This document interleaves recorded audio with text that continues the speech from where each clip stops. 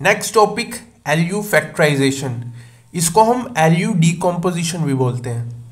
सो कैसे मैं एक स्केयर मैट्रिक्स को as a product of lower triangular matrix and upper triangular matrix की फॉर्म में एक्सप्रेस कर सकता हूँ, उसको एलयू फैक्टराइजेशन बोलते हैं। So let A be any square matrix A, we can factorise A into two matrices L and U. A is equals to L U. A हमारे पास क्या है, स्केयर मैट्रिक्स, एल क्या है, lower triangular matrix, and U क्या है, upper triangular matrix. सबसे पहले हम समझ लेते हैं लोअर ट्रायंगुलर मैट्रिक्स होता क्या है। सो हमारे पास एक कोई मैट्रिक्स है, ये हमारे पास क्या है, मेन डायगोनल एलिमेंट्स, जिसको प्रिंसिपल डायगोनल एलिमेंट्स भी बोलते हैं। ठीक है, अगर मेन डायगोनल एलिमेंट्स के ऊपर वाले एलिमेंट्स सभी जीरो हैं तो वो हमारे पास क्या है, लोअर ट्रायंगुलर मैट्रिक्स। सेम यही यहाँ पे यही लिखा हुआ है, a square matrix is said to be lower triangular if all elements above diagonal elements are zero. ठीक है, aij is equals to zero means all elements zero when i less than j। ये element क्या है, a12, i is 1, j is 2, so i less than j। ये हमारे पास क्या है, a13, 1 इज लेस देन 3। ठीक है, a23, 2 is less than 3, so all elements above diagonal elements 0, वो हमारे पास क्या होता है, lower triangular matrix. Next upper triangular matrix, कोई मैट्रिक्स है, सबसे पहले उसके main diagonal elements, if all elements below main diagonal elements 0 है, वो हमारे पास क्या है, upper triangular matrix, just opposite of lower triangular. ठीक है, दोनों ऑपोजिट है एक दूसरे के। A square matrix says upper triangular if all elements below main diagonal 0 है, 0 है। Condition aij 0 for all i greater then j, वही मतलब है इसका।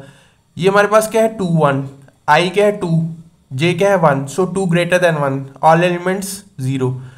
Then 3 1, 3 greater than 1, 3 2, i greater than 0, so all elements below diagonal 0 हो, उसको हम क्या कहेंगे, अपर ट्रायंगुलर मैट्रिक्स।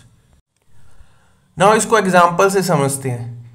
हमारे पास क्या है, ए कोई स्केयर मैट्रिक्स है, उसको हमने एक्सप्रेस करना है as a product of L and U. एल क्या है, लोअर ट्रायंगुलर, यू क्या है, upper triangular matrix.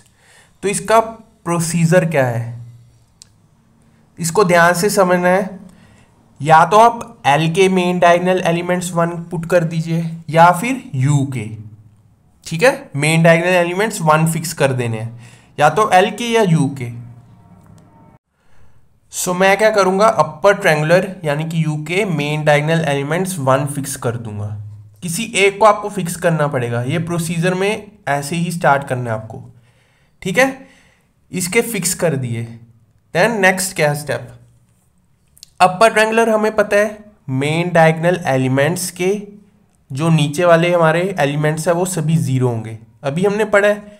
So it means ये सारे एलिमेंट्स 0 होंगे, यही तो है अपर ट्रायंगुलर मैट्रिक्स। देन ऊपर वाले एलिमेंट्स क्या हैं वो हमें नहीं पता, सो हम क्या कह देंगे, u12, क्योंकि ये u11 है, ये u12, ये u13, 21 22 23। ये चीज़ क्लियर है आपको, ये हमें नहीं पता, ये फाइंड आउट करेंगे। देन एल के एलिमेंट्स हमें फाइंड आउट करने हैं। सबसे पहले मेन डायगोनल एलिमेंट्स लिख लेंगे, 1 1, दिस इज 1 1, L2 2, L3 3, क्योंकि हमें इसको फिक्स कर दिया ना 1, अब इसके हमें नहीं 1 फिक्स नहीं कर सकते, अब इसको फाइंड आउट करना पड़ेगा। नेक्स्ट लोअर ट्रायंगुलर मैट्रिक्स होता क्या है, जो मेन डायगोनल एलिमेंट्स के ऊपर वाले सभी एलिमेंट 0 होते हैं, यही डेफिनेशन है। सो यानी ये वाले एलिमेंट सभी 0 होंगे। ठीक है,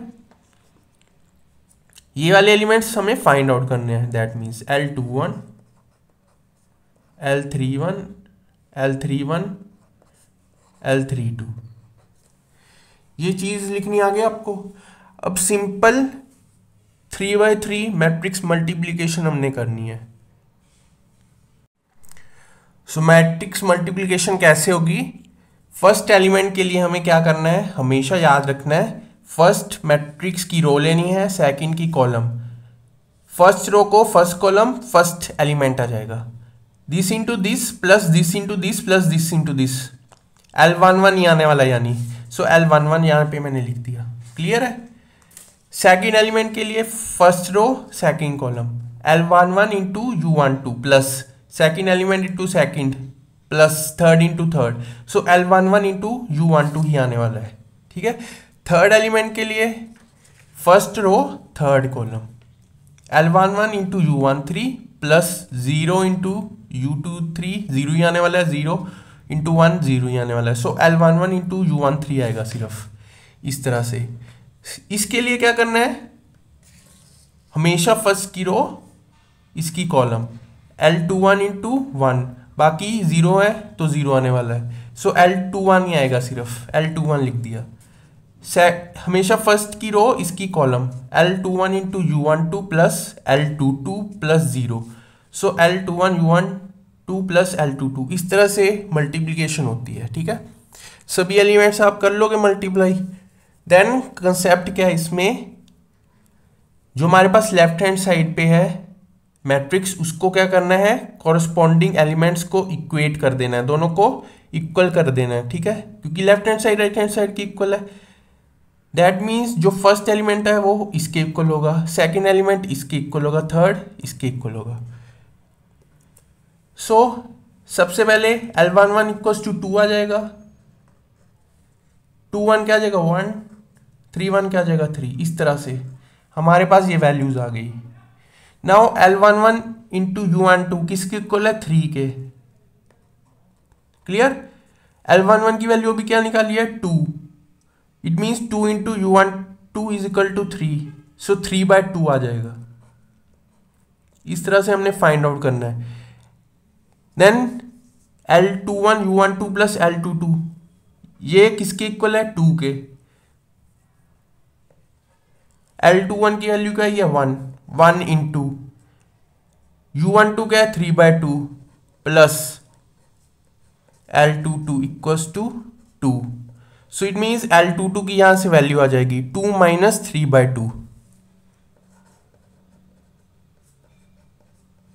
अब एलसीएम लेना है, 2 क्या आ जाएगा एलसीएम, निचली टर्म से डिवाइड करते हैं, 2/1 2 आने वाला है, ऊपर वाली टर्म से मल्टीप्लाई 4 माइनस निचली टर्म से डिवाइड करना है एलसीएम को, 2/2 1 इंटू 3, सो L22 क्या आ जाएगा सोल्व करके 1/2। ठीक है, इस तरह से हमने सभी वैल्यूज निकालनी है इक्वेट करके। अब इस इक्वेशन को सॉल्व कर लेते हैं, L31 into U12 plus L32 ये किसकी इक्वल होगा, इसके कॉरस्पॉन्डिंग जो लेफ्ट हैंड साइड पे एलिमेंट है, दैट मीन्स 1, सो इसको 1 लिख लिया मैंने। L31 की वैल्यू हमें पता है क्या, L31 की वैल्यू 3 है, सो 3 इंटू U12 हमने निकाल लिया है, U12 क्या है हमारे पास 3/2। ठीक है,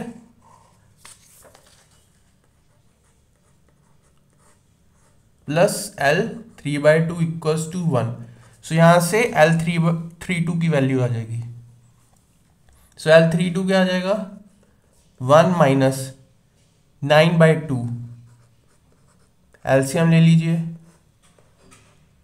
2 माइनस 9, सो माइनस 7/2, सो L32 क्या आ गया माइनस 7/2।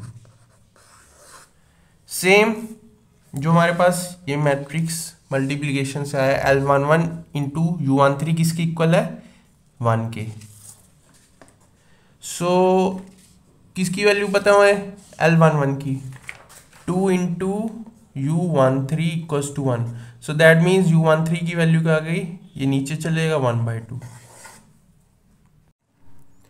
अब हमारे पास सिर्फ 2 इक्वेशंस बची हैं सॉल्व करने के लिए, ये वाली और ये वाली, ये किसकी इक्वल है 3 के और ये वाली 2 के, सो इन दोनों को सॉल्व करने पर U23 की वैल्यू 5 आ जाएगी, L33 की 18।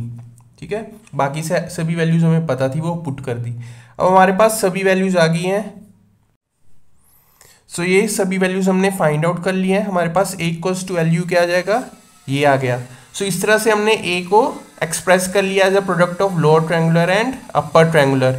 जब आप इसको मल्टीप्लाई करोगे तो ये ए ही आने वाला है, ठीक है।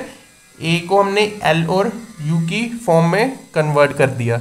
सो इसको हम एल यू डिकम्पोजिशन या एल यू फैक्टराइजेशन बोलते हैं।